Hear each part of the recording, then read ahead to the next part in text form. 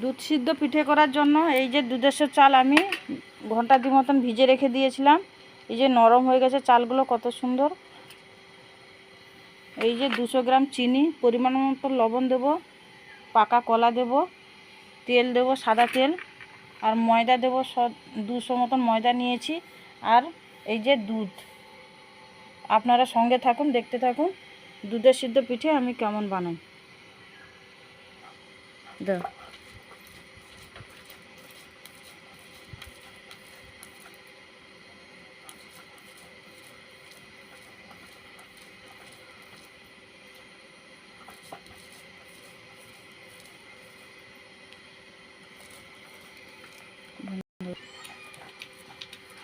বাটা আমার শেষ হয়ে গেছে, চাল বাটা।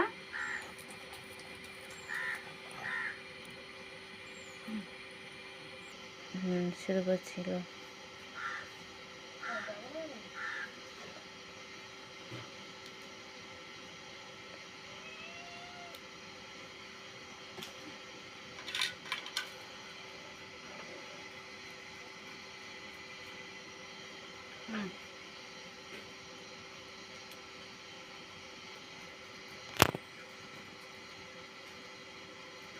দাঁড়িয়েছি না, তোমাকে দেখেন।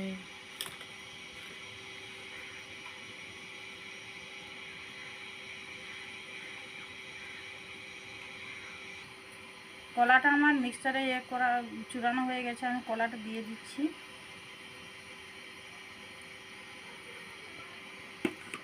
দিয়ে দেবো ময়দা, ভালো করে চালিয়ে রেখে দিয়েছিলাম, চিনি,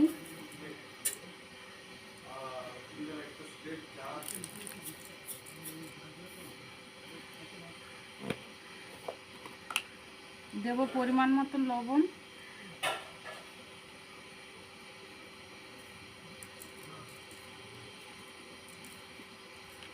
অল্প একটু জল লাগবে।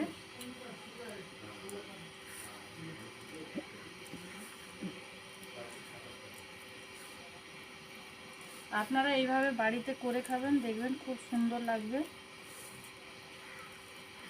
খেতে।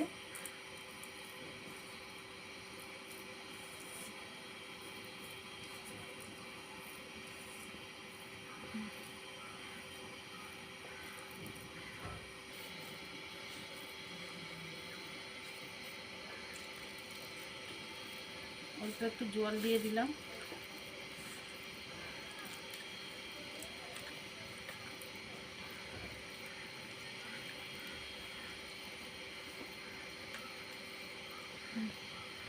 মাখিয়ে 10 মিনিট মতন আমি চাপা দিয়ে রাখবো। ধরিয়ে নিচ্ছি। উনানটা আমার ধরানো হয়ে গেছে, এবার আমি কড়াইতে সাদা তেল দিয়ে দেবো। এইভাবে আমি সবগুলো একসাথে মিশিয়ে নিয়েছি। এবার তেলটা গরম হয়ে গেছে, আমি একটা একটা করে ভেজে নেব।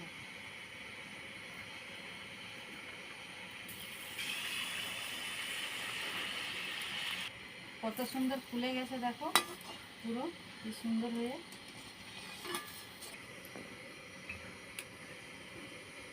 পুরো লুচির মতন ফুলে যাচ্ছে এই পিঠেটা।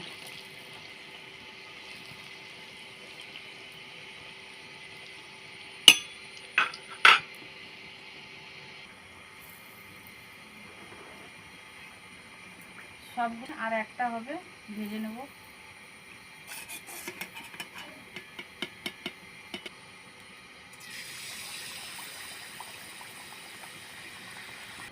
সব পিঠেগুলো আমার ভাজা হয়ে গেছে, এবার আমি কড়াইতে দুধ গরম করব। বন্ধ করে দিচ্ছেন। কড়াইটা আমার গরম হয়ে গেছে, এবার আমি দুধ দিয়ে দেবো। দিয়ে দেবো থেতো করে রাখা কয়েকটা এলাচ। দিয়ে দেবো চিনি। দুধটা আমার ভালো করে ফোটানো হয়ে গেছে, এবার আমি একটা একটা করে মধ্যে ভাজাগুলো দিয়ে দেবো। তো দেখাই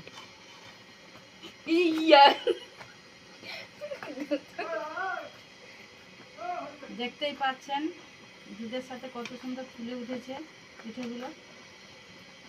দেখতেই পাচ্ছেন আপনারা যে রান্নাটা আমার হয়ে গেছে, এবার আমি নামিয়ে নেব। কত সুন্দর হয়েছে আপনারা দেখবেন। খেয়েও দেখবেন, এরকম রেসিপি আপনাদের খুব ভালো লাগবে।